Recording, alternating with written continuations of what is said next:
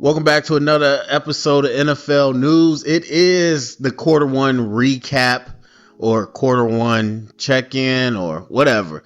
All right, we 4 games in. You got Thursday night football happening as well. So we're just now getting into the 5th week, and I think it's my 3rd year in a row doing this. Instead of a week-to-week recap, I thought it made more sense to just check in the different quarters of the season. So usually the way this goes, I'll talk about the overrated narratives, the underrated narratives, something else. What do I usually do? So I do something else, and then I do the contenders. But I think the story right now is that the league is in chaos. There are no true contenders that I can sit here and talk about, and I'm loving it, to be honest with you. I'm a big fan every week, not every week, but usually early in the year. I'm a big fan of chaos in terms of the media and their narratives, because I just hate the way they cover it. So I be rooting for the thing to happen that's going to throw off everybody. So you already know how any show, I won't say like it's one network, it doesn't matter what show it is or radio or whatever, you know how everybody was ready to talk about the Cowboys-Packers game. Way before, even when the trade first happened, people already had their narratives ready. You already know they was locked and loaded with their talking points. And not only did they end up tying, but it went to overtime that the Packers honestly should have lost twice. They should have lost before overtime, and Jordan Love almost lost them the game. So realistically, Cowboys, should have won that game. Even in a tie, at the very least, all you can say is they vastly outperformed what everybody was talking about. So it's situations like that I'm always rooting for. Same thing with the Browns and the Packers. I was like, and that when I was talking since the offseason about how slept on the Browns defense was, like, it was insane to me, especially with the new pieces in the Mason Graham and Schlesinger. The rookies came in playing right up to par to where people thought they would be. And I'm like, this defense is just like, they just got 2 young starters, and you got Myles Garrett. Denzel Ward's still one of the best. Like, absolutely slept on. They pulled that victory out and won. And the Packers at that time, after the first 2 weeks, it was just like, oh my God, Super Bowl contenders. Parsons put them over the top. Like they always do. They crown people. And I was like, oh man, the way they talk about the Browns, especially because of Shedeur. Now, you can look at the injuries. You can look at Flacco. You can look at the offense, whatever. And you can genuinely say, okay, there's some questions about the Browns, but they was dogging the Browns all season like they had no talent. And I'm like, you got literally the best pass rusher in the league, and this defense has shown year after year how good they are.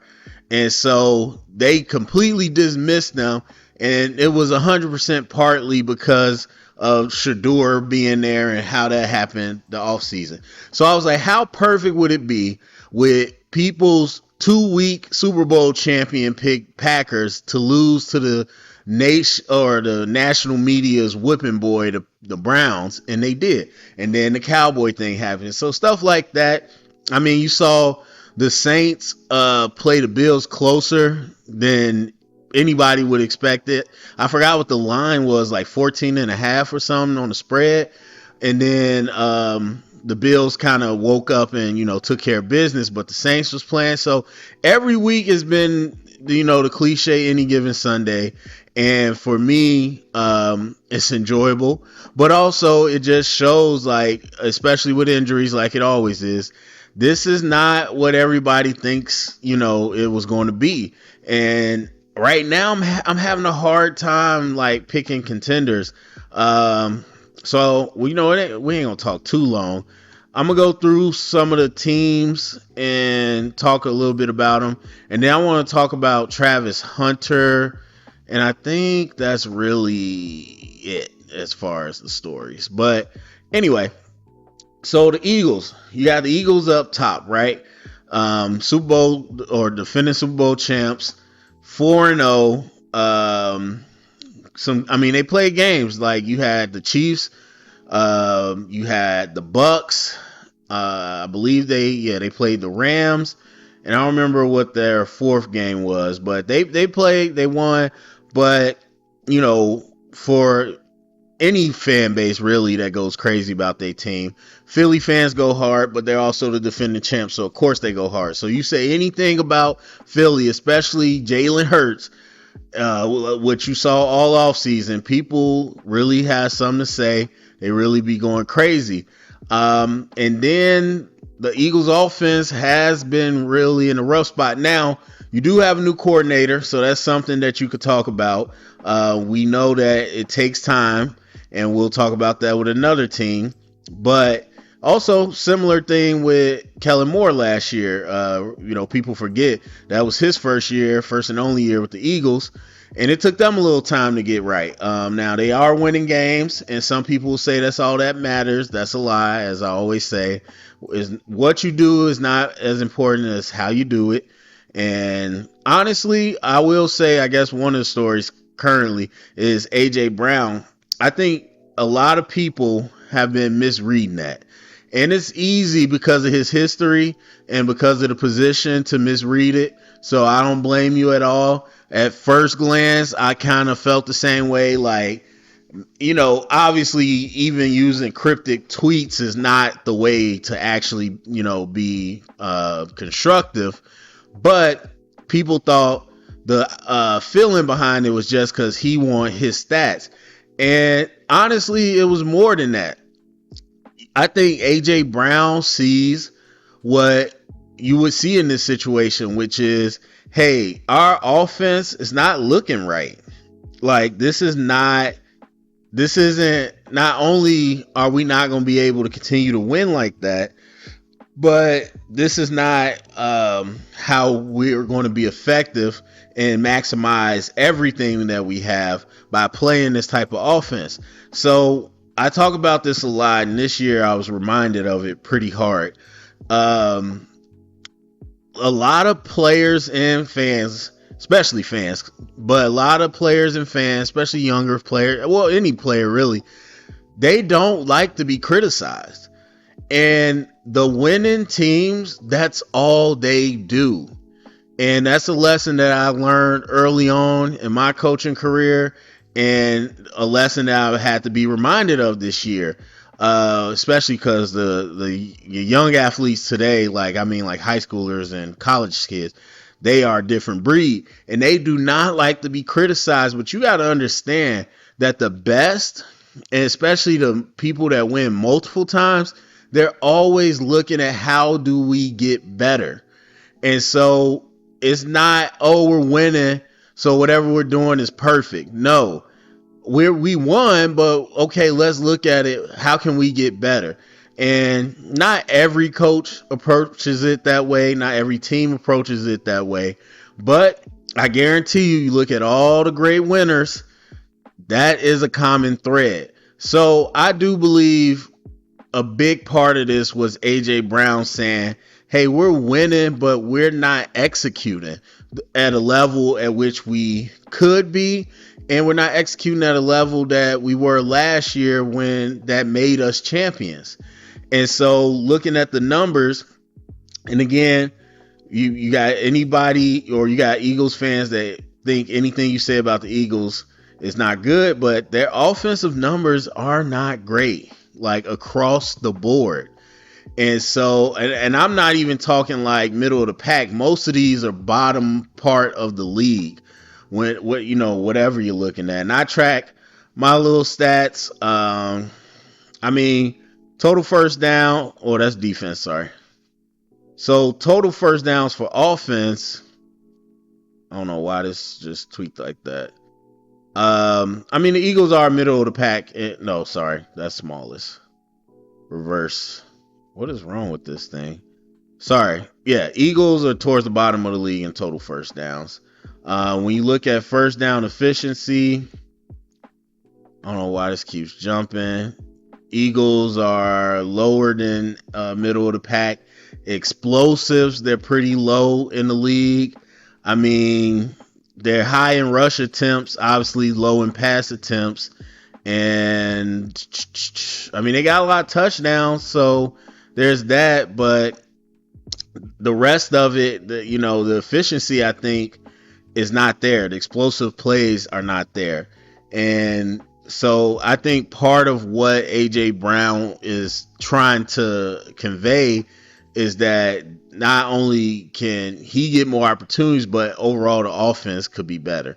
So anyway, I think, of course, the Eagles are a contender, but they definitely got some issues. I mean, the defense is not as dominant as it was last year. I think they're still trying to figure out their edge rush situation.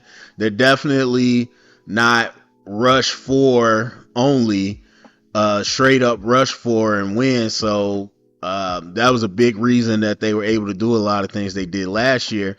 So then you start thinking about blitzing, you start thinking about simulated pressures and kind of what they'll have to adjust to get better at that. But mostly the offense is just not in tune as it was. Anyway, so Buffalo, very high efficient offense. Josh Allen, we know what he does.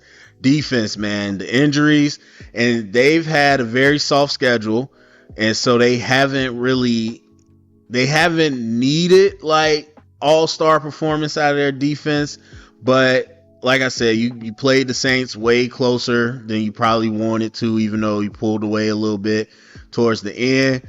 And you had some big time starter, probably your best starters, in Ed Oliver and Milano out for a few weeks. So you hope to get them back. Pass rush has been a thing, a question mark in Buffalo for a while.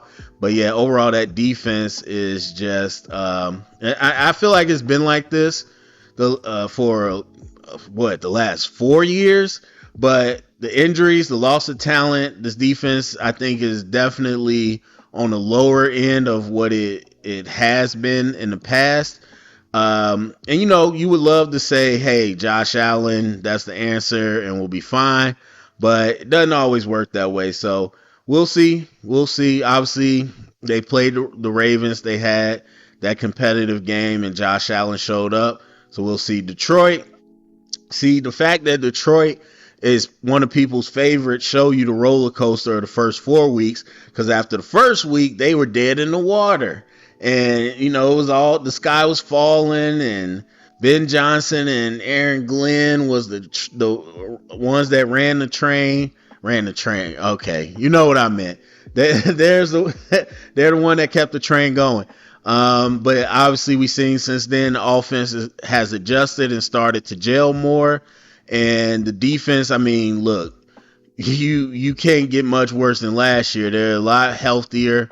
It's night and day. So I think anything the defense gives you is a plus. So we'll see kind of where they shake out. I don't know that they're the wagon that they were last year, but definitely, in a contending area. The Rams, again, one of those ones, and it's tough because they playing right now, and so people might say this is a late take, but I felt this way, and this is why I should have recorded this before. But I felt like people are a little bit overrating the Rams because we don't truly know what that defense is yet. I know the numbers you're going to see and be like, oh, okay, they're 100% this or that, but I'm like, I'm not totally sure yet. The coach should have won that game, man. Coach should have won that game for sure. And I'm not saying they're bad, but coach should have won that game. And then you look at the other teams they went against. Houston has been struggling mightily. The Titans, probably one of the worst offenses in the league right now. The Eagles, as we said, have been struggling, and they put up a fight against this Rams team. And then the Colts was doing their thing too. So, look, if Stafford is healthy, I think the team has a chance. They got incredible weapons, but I think I really think the Rams is one of those teams that's like got a rubber stamp in the top contenders because there's just too many vacancies. There's nobody else to put in there. Seattle, obviously playing well, but obviously not a team that people are going to trust.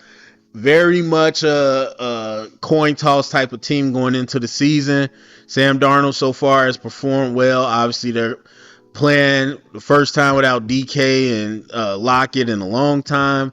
Plus, Darnold's new. Everything's been looking pretty good so far, offensively and defensively. Been pretty balanced, but waiting to see them against the higher competition, quote unquote. Let me see. And that's one thing is hard is I don't have everybody's schedule pulled up. So they had San Fran, which they lost 13 points they put up. Then you had the Steelers, you had the Saints, and then the Cardinals. So yeah, waiting to see them. And actually this week coming up would be a good one because they got Baker. I was about to say waiting to see them against some of the big time quarterbacks and see how well that defense holds up. And waiting to see when they get a defense that really can rattle Darnold exactly how well he responds. So there's definitely question marks there. And again, Seattle being in that top conversation, I think shows how shaky it is. Packers, we already know what that is. I don't really need to go over that. Bucks, man, the good thing about the Bucks is the Bucks are getting healthier as we go on, hopefully. Like a lot of teams have lost players and are losing players. One of the few teams that had players hurt early that are on their way back is the Bucks. So Godwin's just now getting back. Mike Evans will be back. Wirth has came back, and the O-line played really well while Wirth was gone. So they only going to get better with the addition of him. And, we'll see. I think that, good talent on the defense, well coached, but the defense is definitely not equal to the offense. And so far, they've been in a lot of close games, so we'll see kind of what they are. Chargers, people want to crown them just like the Packers, and for some reason, the Chargers fell off harder than the Packers. I mean, Chargers lost to the Giants. I get it. People woke up, but, the Packers lost to the Browns and then tied with the Cowboys, so there's that. Chiefs, that's a contender. We don't really got to talk about that. Then you start talking about the Colts. That's a surprise team. Commanders waiting on Jaden Daniels come back. Broncos have been up and down. Jags up and down. Steelers, that one's, people don't really believe in. 49ers really hurt, really injured. And Ravens joining that really injured group too. So, you got a huge group of really hurt teams that are very up and down. And even at the top, you got teams with real question marks. So all that to say what I said before, it's been chaos. It's been chaos. Injuries for sure, like every year, causes a good amount of that chaos. But then you just got teams that people write off on paper because you think, hey, it's just going to be a copy paste of last year or last week. And that is not how the NFL works. It's a competitive league, and so we are seeing teams not be as consistent yet. And it's the first four. Really, I don't care what it is. It's the first 4 weeks. There's nothing that I'm putting a stamp on in 4 weeks. But the best teams and the real competitors or contenders, they're always going to be, because to me, the second quarter check-in is where I really start to lock in. Second quarter, I'll do after week 9 because it's 17 games. So after week 9 and we're going into week 10, now I got a big sample size. And really week 10 after that 10th game, or after everybody's played 10 games, that's when I have my sample size. But the best teams are the ones that start to be consistent performers, whatever that might be. It might not be elite. It might be so in this area, great in this area, whatever. But the ones that become consistent and know what they're going to get week to week, and the ones that are the healthiest, those are typically the actual contenders. And we just don't know that yet. All right. So last thing, I was going to do a video about Travis Hunter last week because I sat down and watched I watched all his coverage snaps, and I watched all his receptions and or targets. And then this week, you had another up and down performance where he got benched. He got benched on defense. Like, I know a lot of people trying to defend it, but the coach pretty much told you, like, yeah, like, he got benched. He didn't say he was hurt or we need him on offense. He said, hey, we gotta get on the same page. So there's clearly something Travis wasn't doing. So the first thing I'll say is, when I watched the film, I saw pretty much what I saw in college. But in the NFL, first of all, let me just say, it was cool. It was cool. For a moment, I understood why people, got their underwear all in a bunch about Travis Hunter being a two-way player. To watch, like, college, whatever. High school, obviously, whatever. But to watch an NFL player, same jersey, same number, run out there at two different positions, it was crazy. It was wild. It's just something you don't really see. That was cool. So I get it. I get why people was rooting for it. But the game is the game, and trying to argue with everybody, like, is ridiculous. Like, and the only argument people had was, there's a first time for everything. Okay. Well, we can say that about anything. That don't make it likely. So, anyway, I watched the film, and number one, he's a zone corner. As much as he's athletically gifted, so people naturally think like man corner sauce. And I'm not even saying that he can't become a man corner, but right now he's not a man corner. He was not looking good in his man coverage snaps. And to be honest, it was mostly because he wasn't strong enough. There were so many guys pushing off of him, and I don't mean like illegally, but the legal hand fighting and bumping that goes into coverage. Like, guys are getting too much separation off him at the top of the route. Like, T. Higgins is throwing that man around. And to be honest, as well built as T. Higgins is, he ain't the biggest receiver out there.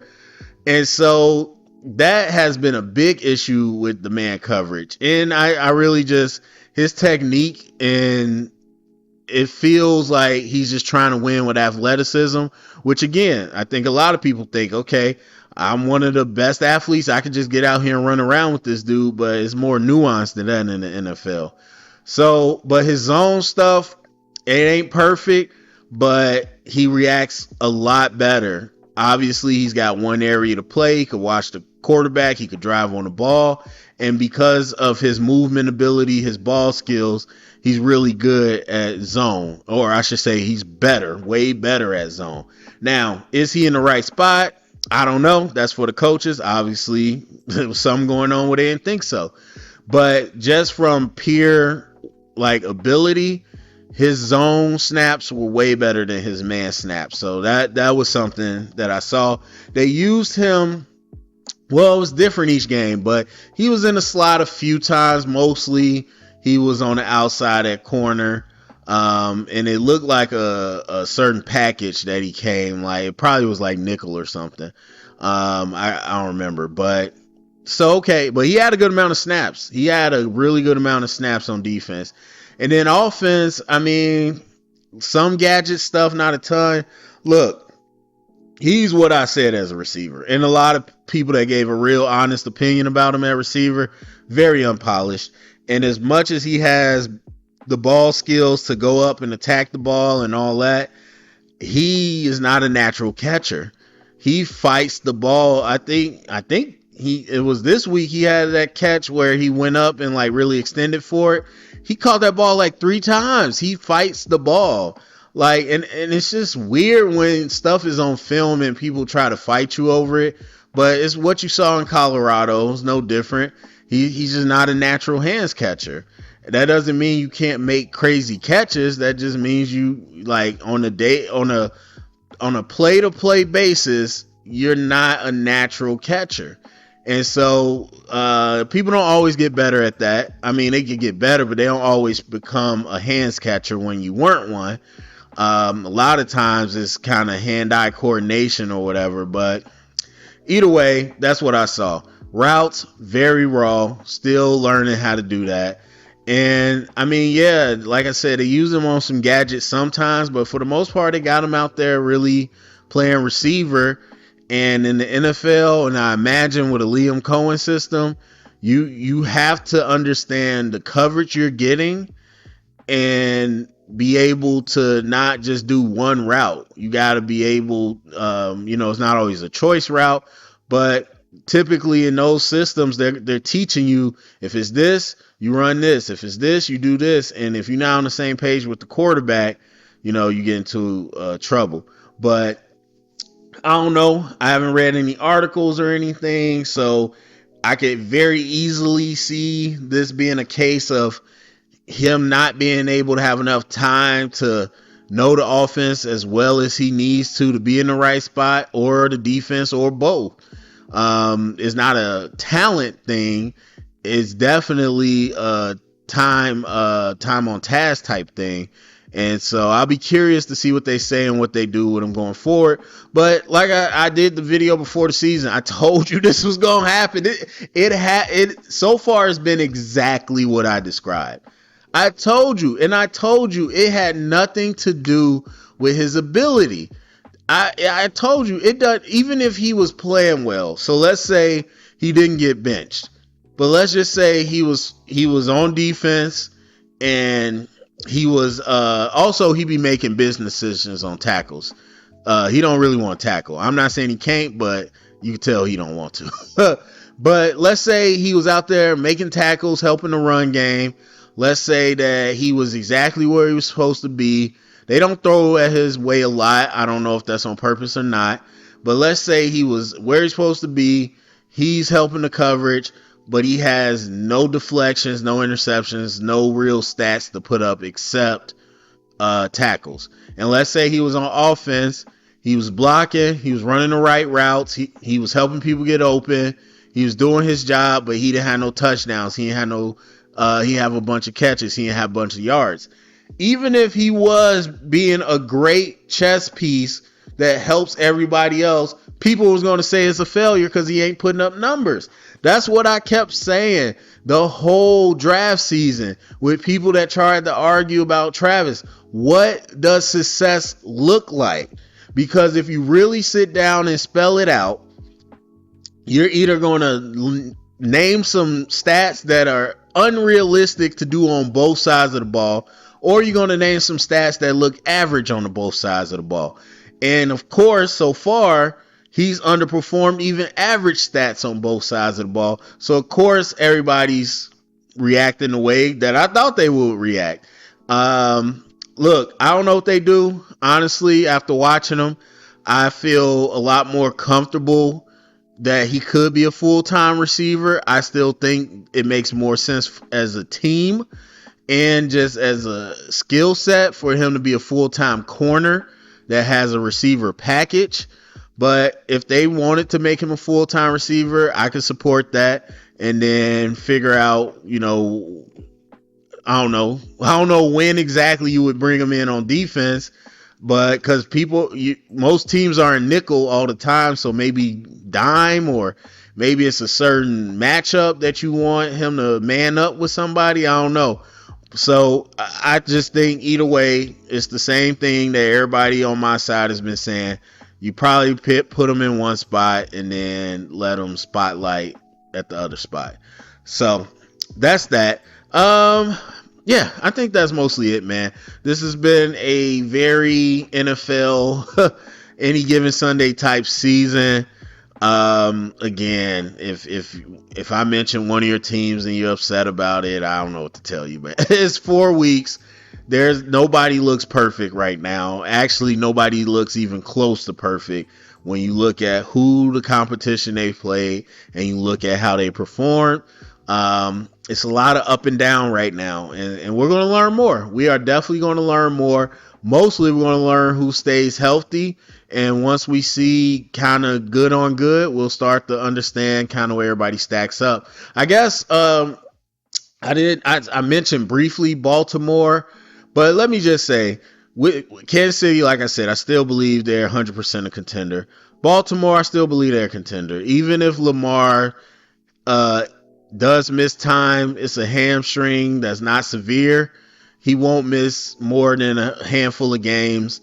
Lamar being there, they're a contender. Look, like the defense, the first 2 weeks, again, I track these stats weekly. I was like, yo, Baltimore is at the near the bottom of the league in a lot of stuff. And I wasn't watching the film, and I'm like, it's a few weeks, so we'll see. Plus, they had the Bills who ran up the numbers on them. But it was an early indicator. It was an early indicator. And they Matabuke is done for the season. And I know everybody tried to blame it up. First of all, Van Noy's like 40 years old. We don't have Van Noy. Come on, man. No, Van Noy was great, but come on now. So they tried to blame it on that. Well, you ain't got Matabuke for the rest of the year, and we'll see about Van Noy. So that's no longer an excuse. We'll see. But you got to remember the Ravens went through this last year as well. Now I know everybody says, oh, they moved Cal Hamilton, everything just worked. That's not how it worked. I'm sure it was more detailed than that. But it's the same thing with most bad defenses. It's coverage bust, and you have to. Now, there's a difference, like between like a Dallas and a Baltimore. Dallas or Baltimore actually has some pass rush juice. So if you can cut down the coverage bust, defense is gonna look a lot better. Dallas doesn't have that. Even if they cut down the coverage bust, players still gonna have all day to throw. So Baltimore can get right. Lamar's still there. And look, I'm one of the most critical of the Ravens, Lamar, but I 100% believe if he's still there, they're a contender. So I know a lot of people writing them off.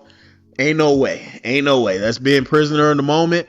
And that's the reason the league is looking the way it is right now, or media is looking the way it looks, because people went straight prisoner of the moment in the offseason, and now they're going prisoner moment now. Oh, this team's done. Oh, this team's this and that. So we'll see what happens. But yeah, that's it for me. Go down in the comment section. Let me know what you think so far about the first quarter of the NFL season. Comment, share, like, subscribe, and thank you for listening.